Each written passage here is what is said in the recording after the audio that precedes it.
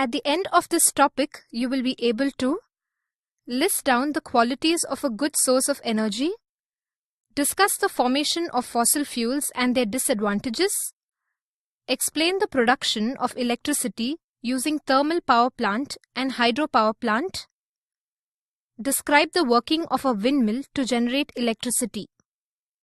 The energy is available in various forms around us. They are light, heat, wind, chemical, electric, solar, sound, and mechanical energy. Light is a form of energy that enables us to see the surrounding objects. Heat energy helps us in cooking food. Moving air is called wind. Wind energy is used for generating electricity by using windmills. Chemical cells and batteries have stored energy called chemical energy. The cells in torchlight and batteries in vehicles convert this chemical energy to electrical energy. The energy we obtain from sun is solar energy. We use this energy in solar water heaters and solar cookers. This solar energy can also be converted into electrical energy like in solar cells. Sound is also a form of energy. We use this form of energy in alarm bell, horns in vehicles, and so on.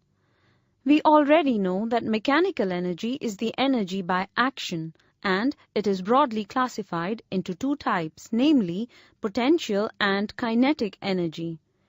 Water stored in a dam is a very good example for potential energy, and flowing water is an example for kinetic energy.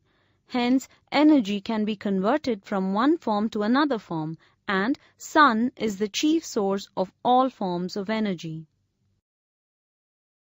Energy is essential for the survival of the modern society. Can you think of some useful forms of energy?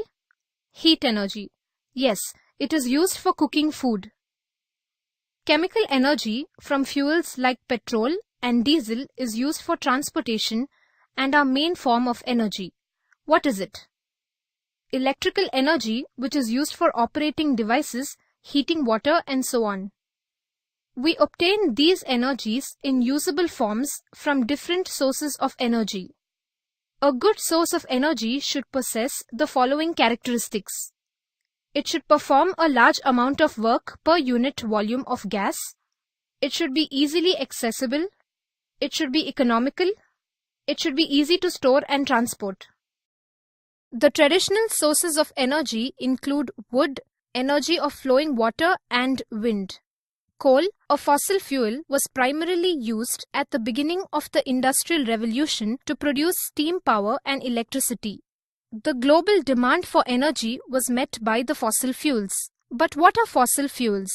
The decomposed organic remains of plants and animals that accumulate over 1 million of years have been converted into fossil fuels. This includes coal, petroleum, and natural gas. Fossil fuels come under the category of non-renewable sources of energy as it takes millions of years to get replenished once it is exhausted. Hence, we need to concentrate on the conservation of these fuels. Moreover, usage of fossil fuels has its own limitations such as air pollution, acid rain, and global warming. Fossil fuels are being used in power stations to produce electricity. The term thermal power plant indicates the production of electricity using heat energy from fuels. Let us now understand the process involved in the production of electricity from a thermal power plant. Water is heated using fuels to produce steam. This steam drives the steam turbine, which in turn turns the coil of the generator, thus producing electricity. On comparing the efficiency of transmission of electricity with the transportation of coal over the same distance, we find transmission of electricity is more efficient. Hence, thermal power plants are generally constructed near coal or oil fields. Energy of flowing water or the water stored at a height is yet another traditional source of energy. The electricity obtained by harnessing the kinetic energy of flowing water with the help of water turbines is called hydroelectricity, and this hydroelectricity is produced in hydropower plants.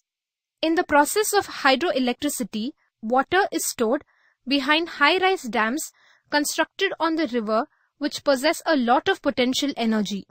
When this water is allowed to fall, potential energy gets converted into kinetic energy. This kinetic energy of flowing water rotates the water turbine, which in turn rotates the coil of a generator and hence produces electricity. Hydro energy will never get exhausted and could be replenished easily. Hence, it is a renewable source of energy. Hydropower plants meet around 25% of India's energy requirements. We will look at the biomass energy. Biomass energy is obtained from biomass such as waste materials, dead matters, pollutants, industrial wastes, and sewage. Methane is produced from biomass. It is a renewable source of energy. The kinetic energy of the moving air is called wind energy. Wind energy is also a renewable source of energy. In earlier times, wind energy was utilized to do some useful work using windmills. This includes pumping out underground water, grinding of grains, etc. A windmill consists of a rotor to which large-sized blades are fixed. The rotor of the windmill is connected to the crank rod, which in turn is connected to the device where work is to be performed. Nowadays, windmills are mainly used to produce electricity. The rotor with blades actually convert wind energy into rotatory motion.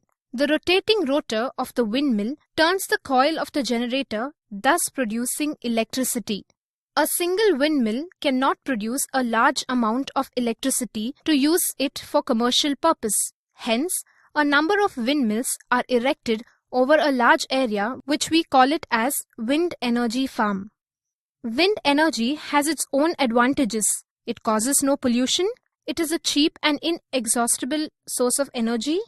But the wind speed should be greater than 15 kilometers per hour to maintain the required speed of the turbine.